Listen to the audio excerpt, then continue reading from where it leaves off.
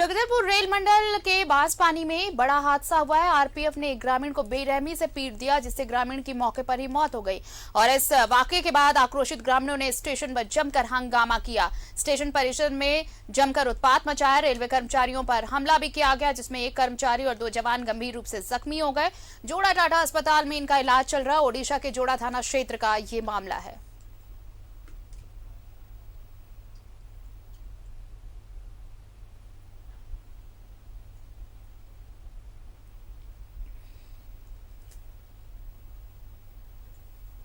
Rail मंडल के बांसपानी में ये वारदात देखिए, कैसे ग्रामीण की मौके पर ही मौत हो गई पिटाई से। और उसके बाद ग्रामीणों ने जमकर बवाल किया,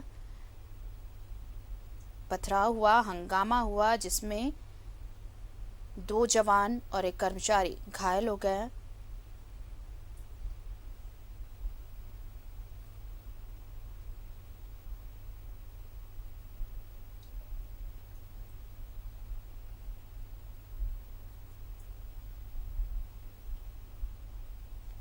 ग्रामीण की घटनास्थल पर मौत हुई, जिसके पिटाई में जब ग्रामीण की मौत हुई, इसके बाद आक्रोशित हो उठे ग्रामीण।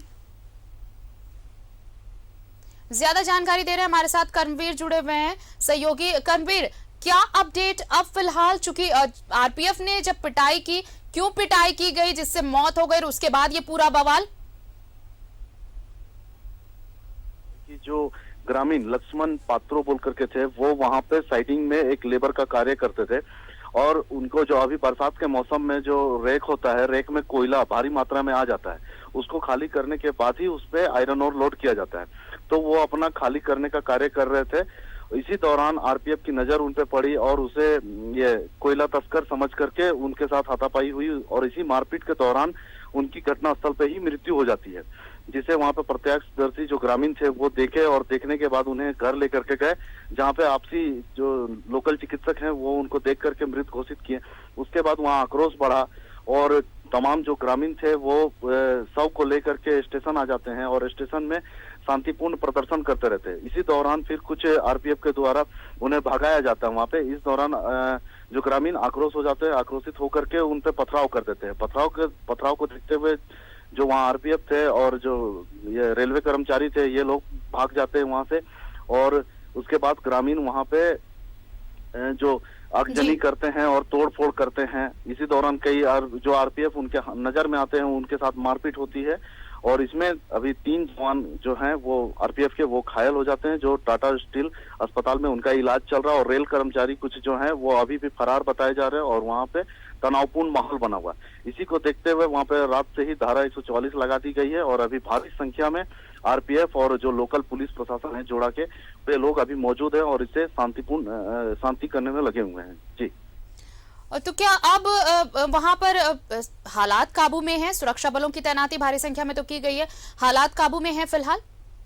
फिलहाल तो काबू में है। और जो आपसी त्रिपक्षीय वार्ता चल रही है वहाँ पे स्थानीय जो नेतागण है वो और प्रशासन, इन सब के द्वारा ग्रामीणों को समझाने बुझाने का प्रयास चल रहा है। जी, चलिए, नजर बनाए रखिए और भी अपडेट्स लेंगे आपसे। बहुत बहुत शुक्रिया तमाम जानकारी के लिए आपका।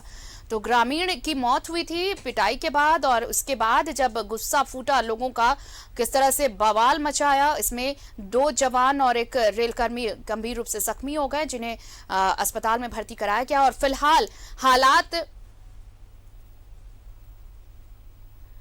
काबू में है, लेकिन स्थिति बताया आपको अभी भी तनावपूर्ण बनी हुई है। बातचीत चल रही है, दोनों पक्षों को समझाने की कोशिशें जारी हैं।